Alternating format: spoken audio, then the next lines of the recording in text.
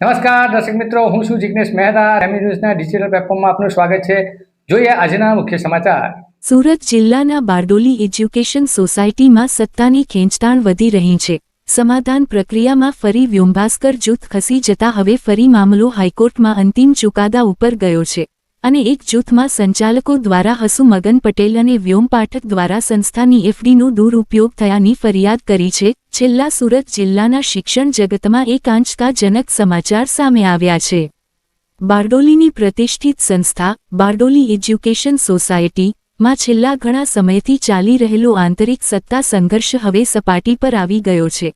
સંચાલકો વચ્ચેના અંદરોઅંદરના વિવાદ વકરી રહ્યો છે. ગત દિવસોમાં આ મળે અનેકવાર કોર્ટના દ્વાર પણ ખટખટાવવામાં આવ્યા હતા. બાદમાં ચેરિટી કમિશનરમાંથી દેવર્ષી જોશી અને અજય અધવર્યુની તરફેણમાં ચુકાદો આપ્યો હતો. બાદમાં ખાદીધારી વિવાદિત પ્રમુખ હસુ મગન પટેલ અને વ્યોમ ભાસ્કર પાઠક દ્વારા રોનક શાહ અને ધવલ કેવડિયા મારફત ગેરકાયદે ચૂંટણી પ્રક્રિયા કરવાતા ચૂંટણી પ્રક્રિયાનો વિરોધ કરાયો હતો. ચૂંટણી પ્રક્રિયા મામલો પણ હાઈકોર્ટમાં ગયો હતો અને જ્યાંથી બંને જૂથને અંદર સમાધાન કરી દેવા જણાવાયું હતું. જો કે તેમાં પણ હસુ મગન પટેલ અને વ્યોમ ભાસ્કર દ્વારા આ પ્રક્રિયા કોર્ટમાં જ રહેવા દેવાની પેરવી કરાઈ હોવાની ફરિયાદ ઉઠી છે.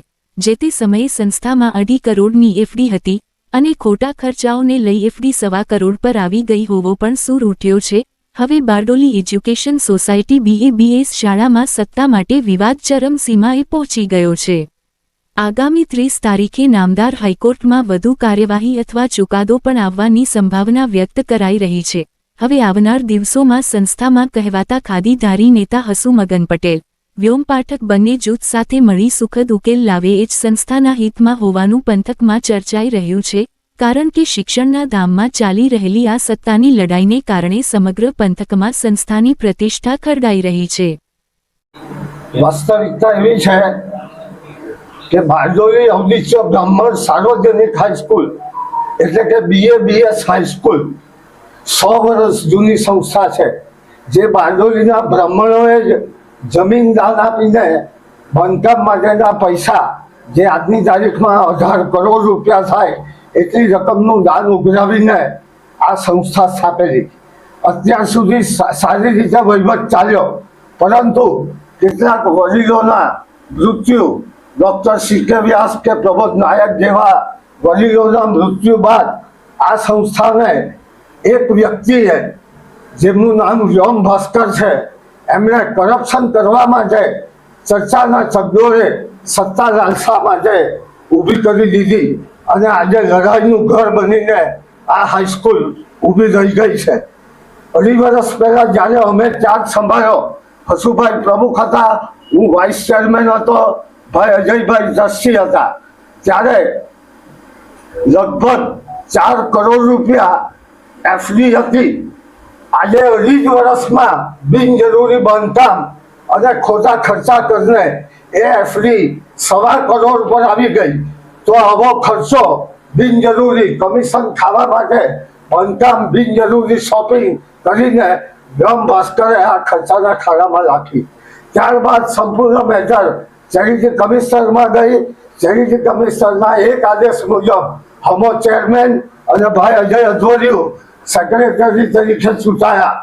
ત્યાર પછી ફરી પાછું એક ધવલ કેવડિયા અને રોનક શાહે બિનજરૂરી રીતે ગેરકાયદેસર ઇલેક્શનની પ્રક્રિયા કરીને ફરી પાછું ઇલેક્શન કર્યું, જેમાં બધાની સહમતિ વગર, કોઈને નોટિસ આપ્યા વગર, સામાન્ય સભાનો એજન્ડા બહાર પાડ્યા વગર, મતદાર માટેની સ્લીપ કોઈને પણ આપ્યા વગર ગેરકાયદેસર રીતે ઇલેક્શનની પ્રક્રિયા કરી, જેનો અમોએ વિરોધ કર્યો અને એ ઇલેક્શનનો અમોએ બહિષ્કાર કર્યો.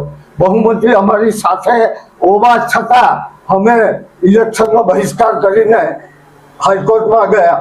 હાઈકોર્ટમાંથી નિર્ણય આવ્યો કે મીડિયેશન સેન્ટરના ડૉક્ટર એડવોકેટ કલ્પનાબેન બ્રહ્મભટ્ટને મીડિયેશન સેન્ટરની જવાબદારી સોંપવામાં આવી. એ જવાબદારીના ભાગરૂપે 2 વખત મિટિંગ થઈ. છેલ્લી મિટિંગ 23/6 થઈ, જેમાં અમોએ જણાવ્યું સમાધાનના ભાગરૂપે કે ચેરમેન તમે જે કહો તે, સેક્રેટરી અમે જે કહીએ તે, એ સિવાય 9 રિઝર્વ સભ્યો તો જે છે તે આવશે.